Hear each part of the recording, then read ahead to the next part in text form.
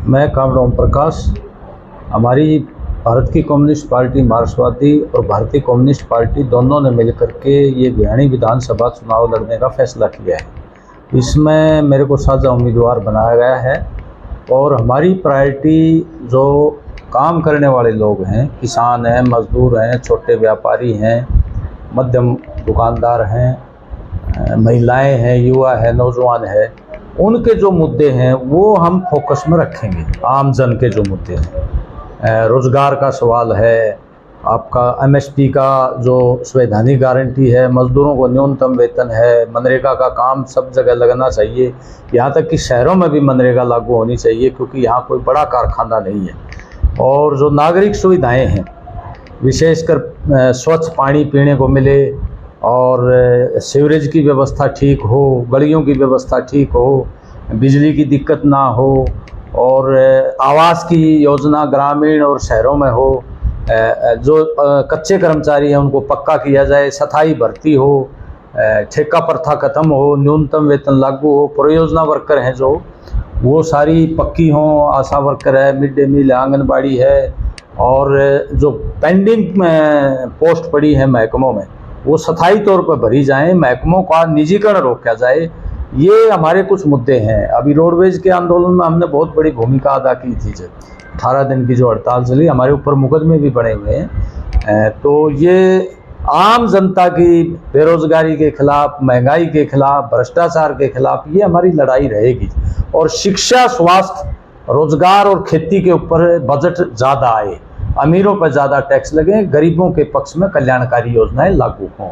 और जो संवैधानिक जो आरक्षण का प्रावधान है SC ST के लिए और OBC के लिए, वो भी संविधान के अनुसार पूरा लागू हो, इन तबकों को फायदा मिले शैक्षणिक तौर पर और सामाजिक तौर पर। बात करें बीजेपी के द्वारा जो टिकटों की घोषणा कर दी है, कांग्रेस पार्टी उसकी बात क्या कुछ होगा? देखिए, जो बीजेपी है, ठीक है, आपकी बात है, टिकटों की घोषणा कर दी है उसने। और बीजेपी जो है वो बाकी पार्टियों से एक अलग तरह की पार्टी है।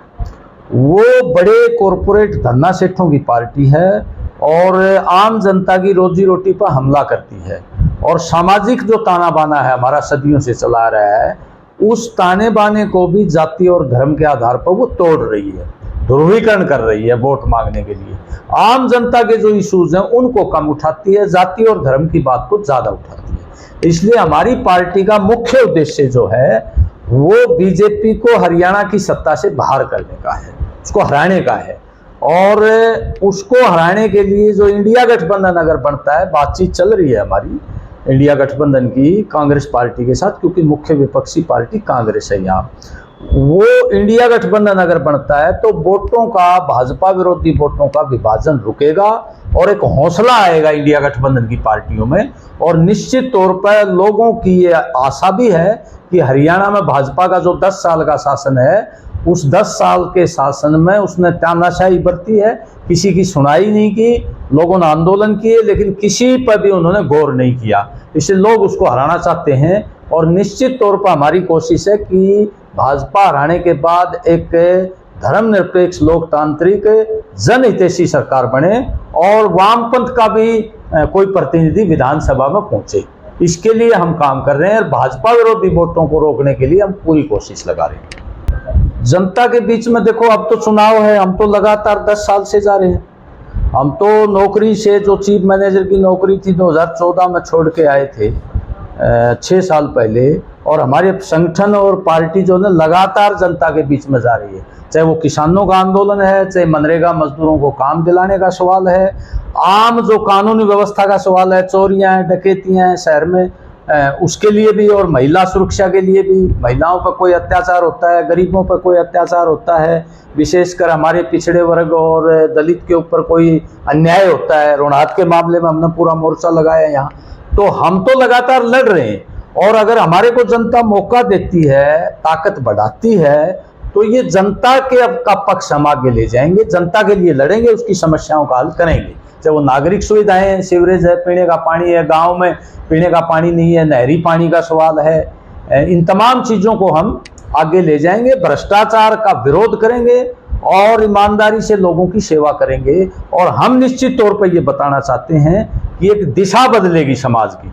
जातिवाद, ये जो धार्मिक कट्टरता है, ये इसको नहीं उभरने देंगे। हम सब लोगों को, जो 36 बिरादरी के लोग हैं, सबको साथ लेके चलेंगे और एक बेहतर भिवानी बनाएंगे। हम यहाँ नागरिक सुविधाओं को लेकर प्रशासन पर भी दबाव बनाएंगे, सरकार के सहयोग से हम ये करेंगे कि हम लोगों के बीच में जा रहे हैं। लोगों को भी पता है कि बगैर लाग लपेट के किसी का भी मुद्दा होता है, चाहे कोई भी हमारे पास आता है अपनी समस्या लेके, हम तुरंत उसके साथ जाते हैं, प्रशासन पर भी दबाव बनाते हैं और उसका हल निकालने की कोशिश करते हैं। बहुत सी चीज़ें हमने की भी हैं, गांव में मनरेगा का काम भी लगवाया है, किसानों के मुद्दे भी उठाए हैं। अभी बीमा कले में 150 करोड़ जो हमारे दबाव से आएगा, वैसे तो 400 साढ़े 400 करोड़ बन रहा था, और अभी 289 करोड़ जो जनवरी 2023 की बेमौसमी बारिश, ओलावृष्टि और सर्दी मार गई थी, उसके लिए भी हमने वित्त आयोग को भेजा है।